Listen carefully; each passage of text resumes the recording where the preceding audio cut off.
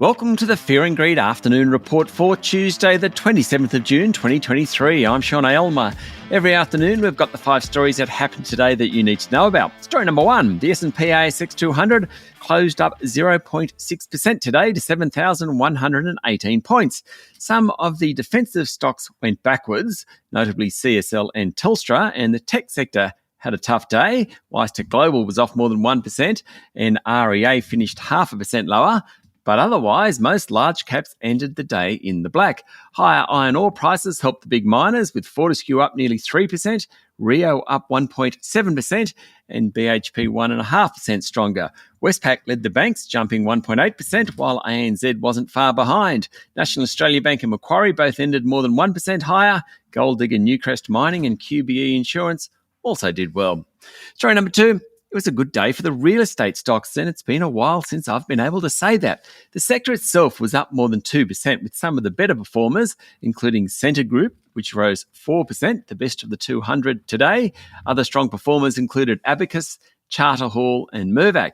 It follows news over the past fortnight that New South Wales Premier Chris Minns has offered property developers an extra 30% height on apartment buildings worth more than $75 million if they subsidise 15% of the homes. A few other conditions, but good news for the developers. Story number 3, opposition leader Peter Dutton says the Albanese government's $110 million support package for Ukraine is depriving it of the military equipment it needs to resist Russia's illegal invasion. Dutton said the Albanese government could provide Ukraine with Hawkeye mobility vehicles and also increase the manufacturing of those vehicles in Australia.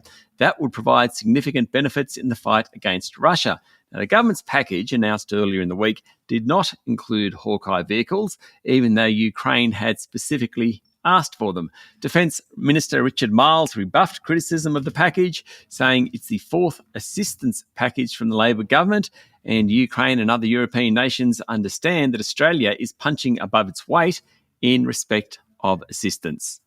Story number 4, BHP Chief Executive Mike Henry says the mining group will not be investing any further growth dollars in Queensland after the state's increase in coal royalties, saying the changes were unpredictable and unreasonable.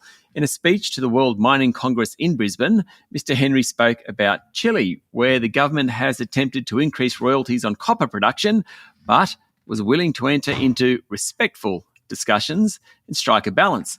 Announcing the state's critical mineral strategy today, Queensland Premier Anastasia Palaszczuk shrugged off the threats from BHP, saying there were plenty of other investors in Queensland. That's according to the Financial Review. Mr. Henry was more positive about the federal government's critical mineral strategy and backed an approach that doesn't involve additional subsidies for the sector. And finally, story number 5. President Joe Biden said that the US and NATO played no role in the Wagner Group's short-lived insurrection in Russia, calling the uprising and the longer-term challenges it poses for President Vladimir Putin's authority a struggle within the Russian system. Biden and US allies supporting Ukraine want to be seen as a long way away from the mercenaries insurgency, which is the biggest threat to Putin in his 2 decades leading Russia.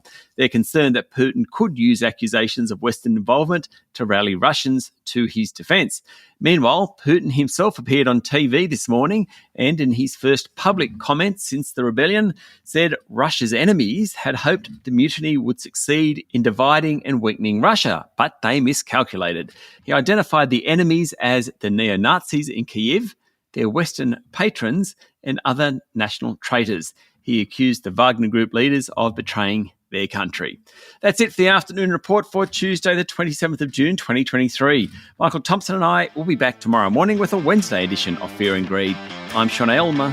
Enjoy your evening.